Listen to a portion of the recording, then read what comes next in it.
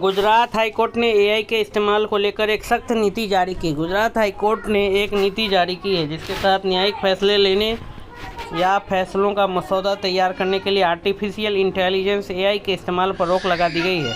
High court ने माना है कि एआई कार्यक्षमता को बेहतर बना सकता है, लेकिन साथ ही इस बात पर भी जोर दिया गया है कि निष्पक्षता, जवाबदेही और न्यायिक स्वतंत्रता सुनिश्चित करने के लिए न्याय प्रक्रिया के केंद्र में मानवीय तर्कशक्ति ही रहनी चाहिए। यह कदम कानून और शासन जैसे संवेदनशील क्षेत्रों में एआई की भूमिका को लेकर बढ़ती बहसों के बाद उठाया गया है। निष्पक्ष सुनवाई के अधिकार।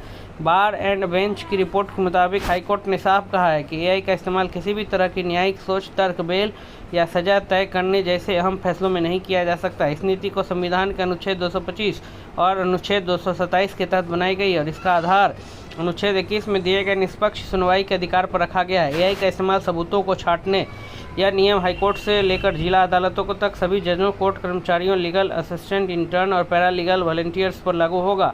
नीति के अनुसार एआई का इस्तेमाल सबूतों को छांटने, उनकी विश्वसनीयता जांचने, गवाही का सार निकालने या किसी भी तरह के प्रमाण के मूल्यांकन में भी नहीं किया जा सकता। कुछ सीमित कामों के लिए एआई की अनुमति। हालांकि कुछ सीमित कामों के लिए एआई की अनुमति दी गई है, जैसे कानूनी रिसर्च, पुराने फैसलों को खोजना, कानून की व्याख्या समझना और प्रशासनिक कार्य जैसे नोटिस या सर्कुलर बनाना। इसके अलावा एआई का उपयोग भाषा सुधारने या ड्राफ्ट को बेहतर बनाने में किया जा सकता है, लेकिन अंतिम कानूनी तर्क और फैसला पूरी तरह जज का ही होगा। एआई की गलती को बहाना नहीं बनाया जा सकता। कोर्ट ने यह भी स्पष्ट किया है कि एआई से बनी किसी भी जानकारी की जिम्मेदारी पूरी तरह उस व्यक्ति की होगी जो उस पर हस्ताक्षर करता है। एआई की गलती को बहाना नहीं बनाया जा सकता। साथ ही निजी और संवेदनशील जानकारी जैसे पक्षकारों के नाम, पते, केस से जुड़े दस्तावेज या गोपनीय जानकारी को सार्वजनिक एआई टूल में डालने पर भी रोक लगा दी गई है। विभागीय कार्रवाई। यदि कोई इस नीति का उल्लंघन करता है तो उसके खिलाफ विभागीय कार्रवाई के साथ आईटी एक्ट एवं भारतीय न्याय संहिता 2024 के तहत कानूनी कार्रवाई हो सकती है। कोर्ट ने चेतावनी दी है कि एआई